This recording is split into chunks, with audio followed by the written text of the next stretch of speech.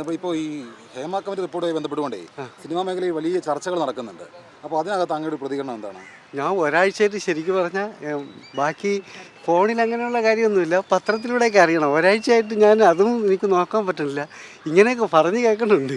പറഞ്ഞു കേൾക്കുമ്പോൾ അതിൽ നിന്ന് എന്താണ് അങ്ങേക്ക് തോന്നുന്നത്? എന്താണ് ഇത് എല്ലാ കാലത്തും ഇങ്ങനെയൊക്കെ നടന്നുകൊണ്ടിരിക്കും. ഇടയ്ക്കിടയ്ക്ക് ഒരു എരിവും പുളിയൊക്കെ വേണ്ടേ, അതിനു വേണ്ടിയാ. അല്ലാതെ അതുകൊണ്ട് വേറൊന്നും ഇൻഡസ്ട്രിക്കോ അങ്ങനെ ആർക്കും ദോഷമൊന്നും വരില്ല, നല്ലതാ. ഈ എരിവും പുളിയൊക്കെ വേണമെന്ന് പറയുമ്പോൾ ഈ ചലച്ചിത്രമേഖല സ്ത്രീകൾ വലിയധികം ചൂഷണത്തിന് വിധേയമാകുന്നുണ്ട് എന്നുള്ളതാണ് ആ റിപ്പോർട്ടിലെ കണ്ടെത്തലുകൾ.